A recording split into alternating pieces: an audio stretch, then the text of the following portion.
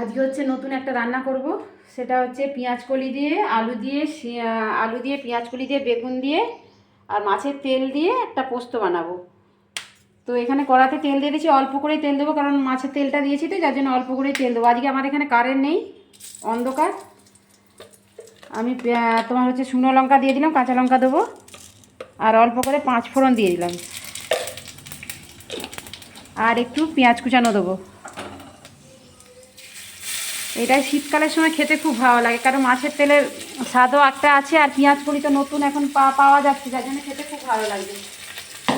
তো মাছের তেল আমি অল্প করে দিয়ে দিলাম।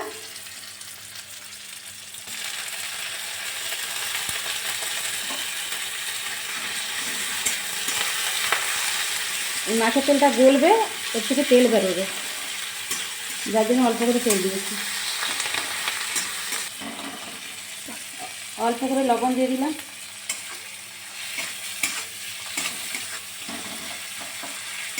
দাঁড়াও না, অল্প করে হলুদ দিলাম। এবার আমি সবজিটা তুলে দেবো, সবজিগুলো দিয়ে দিলাম। এতে কিন্তু আছে পেঁয়াজ কলি, বেগুন, আলু।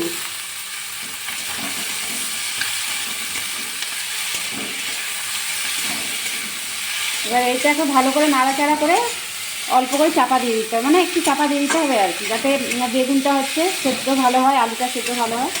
পেঁয়াজ কলি তো এমনিই নরম হয়ে যাবে, কিন্তু বেগুন আলুটা সেদ্ধ হয়ে যাবে। আচ্ছা, আমি এটা দিয়ে দিলাম, এবার আমি চাপা দিয়ে দেবো।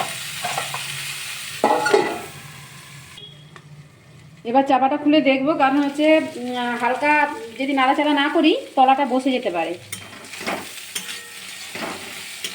এমনি দেখতে সুন্দর লাগবে সবুজ চানা, তাই না? ইয়েস, খুব সুন্দর লাগে। এটা খেতেও খুব টেস্টি হয়। এটা ভাজা ভাজা হবে, একটুও জল পড়বে না। এবার আমি এটাকে আবার একবার চাপা দিয়ে দেবো। এবার আমি হচ্ছে এটা তুললাম, সুন্দর হয়েছে, ভাজাটা সুন্দর হয়ে গেছে। এবার একটু এর মধ্যে পোস্ত বাটা দেবো,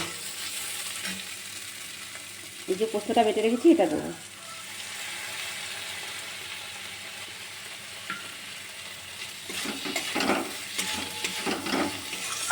এবার এর মধ্যে হালকা অল্প করে একটু লঙ্কার গুঁড়ো দেবো, কালার আসার জন্য অল্প করে লঙ্কা গুঁড়ো দেবো।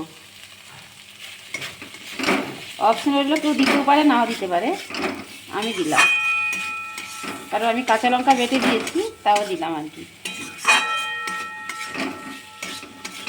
এটা শুকনো শুকনো ভাজা ভাজা হবে, গরম ভাতের সাথে খেতে খুব সুন্দর লাগবে এটা।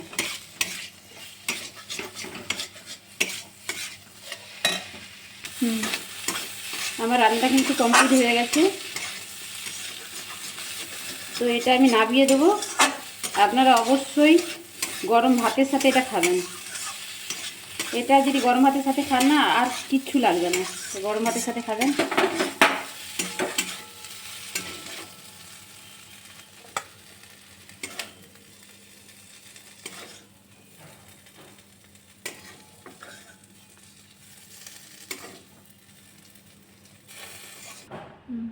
যদি কারো ভালো লেগে থাকে লাইক করবেন, শেয়ার করবেন, কমেন্ট করবেন, ফলো করবেন আর অবশ্যই একবার খেয়ে দেখবেন। টাটা।